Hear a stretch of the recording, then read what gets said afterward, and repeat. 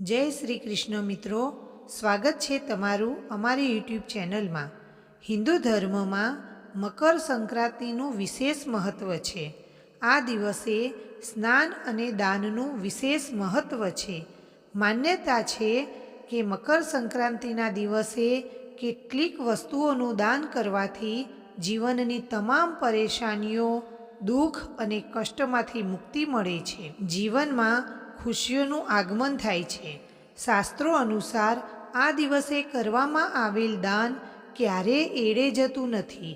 મકર સંક્રાંતિના દિવસે કઈ વસ્તુઓનું દાન કરવું જોઈએ જેથી સૂર્ય ભગવાન અને શનિદેવની કૃપા પ્રાપ્ત થઈ શકે? સામાન્ય રીતે લોકો માત્ર તલ, ગોળ અને ખીચડીનું દાન કરે છે, પરંતુ તમે આ સિવાય બીજી વસ્તુઓનું દાન કરીને પણ સુખ પ્રાપ્ત કરી શકો છો। મકર સંક્રાંતિના દિવસે આ વાતોનું ધ્યાન ખાસ રાખવું જોઈએ। મકર સંક્રાંતિના દિવસે તમારે ડુંગળી, લસણ અને તામસિક ભોજન ખાવાથી બચવું। મકર સંક્રાંતિના દિવસે સાત્વિક ભોજન બનાવીને જ ગ્રહણ કરવું જોઈએ। વડીલો અને ગરીબોનું અપમાન કરવું જોઈએ નહીં, તેનાથી તમે પાપના ભાગીદાર બનો છો। આ ઉપરાંત કોઈની નિંદા કે કોઈ નેગેટિવ વાત બોલવાથી પણ બચવું જોઈએ। જો બની શકે તો આ દિવસે ચોખા, દાળ, ગોળ, દ્રાક્ષ, સૂકા મેવા અને દૂધથી બનેલા મીઠા ભાતને જરૂર બનાવવા જોઈએ। શક્ય હોય તો કોઈ ધાર્મિક સ્થળ પર જઈને ભગવાનના આશીર્વાદ લો અને ત્યાં સમય પસાર કરો। મકર સંક્રાંતિના દિવસે મીઠા કોળાનું સેવન કરવું શુભ માનવામાં આવ્યું છે। આ ઉપરાંત મકર સંક્રાંતિના દિવસે કઈ કઈ વસ્તુનું દાન કરવું જોઈએ તે આપણે જોઈશું। આ દિવસે તલ અને ગોળનું દાન વિશેષ માનવામાં આવે છે। તેમનું દાન કરવાથી માન સન્માન અને આર્થિક લાભ પણ થાય છે।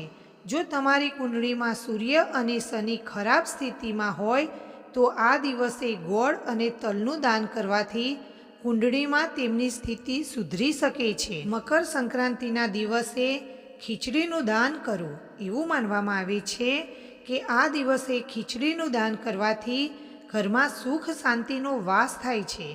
આ શુભ દિવસે મીઠું દાન કરવું વિશેષ માનવામાં આવે છે, તેથી મીઠું દાન કરો। મીઠાનું દાન કરવાથી તમામ અનિષ્ટોનો નાશ થાય છે, ખરાબ સમય ટળી જાય છે। તેથી મકર સંક્રાંતિના દિવસે મીઠું દાન કરવું શુભ માનવામાં આવે છે। જો તમારી ઉપર શનિની સાડાસાતી અથવા ઢૈયાનો પ્રભાવ છે તો મકર સંક્રાંતિના દિવસે તાંબાના વાસણમાં કાળા તલ ભરીને કોઈ ગરીબ વ્યક્તિ કે બ્રાહ્મણને દાન કરો। આમ કરવાથી તમને શનિદેવની કૃપા પ્રાપ્ત થશે। ઘીનું દાન કરવાથી પણ શુભ ફળ મળે છે। એવું માનવામાં આવે છે કે ઘીનું દાન કરવાથી શરીર સ્વસ્થ રહે છે, તેની સાથે દેવી મહાલક્ષ્મીની કૃપા પણ પ્રાપ્ત થાય છે।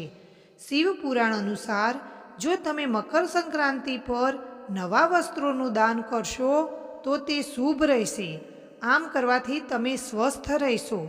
જો કોઈ પણ પ્રકારનો રોગ હોય તો કપડાનું દાન કરવાથી સમસ્યા દૂર થાય છે। અનાજનું દાન કરવું પણ શુભ માનવામાં આવે છે। આ દિવસે જો તમે કોઈ ગરીબ વ્યક્તિ અથવા બ્રાહ્મણને 7 પ્રકારના અનાજનું દાન કરશો તો માતા અન્નપૂર્ણા પ્રસન્ન થશે। તમારા ઘરમાં ક્યારેય અન્નની કમી નહીં આવે। મકર સંક્રાંતિના દિવસે કોઈ અસહાય વ્યક્તિને કાળો ધાબળો દાન કરવું પણ શુભ છે।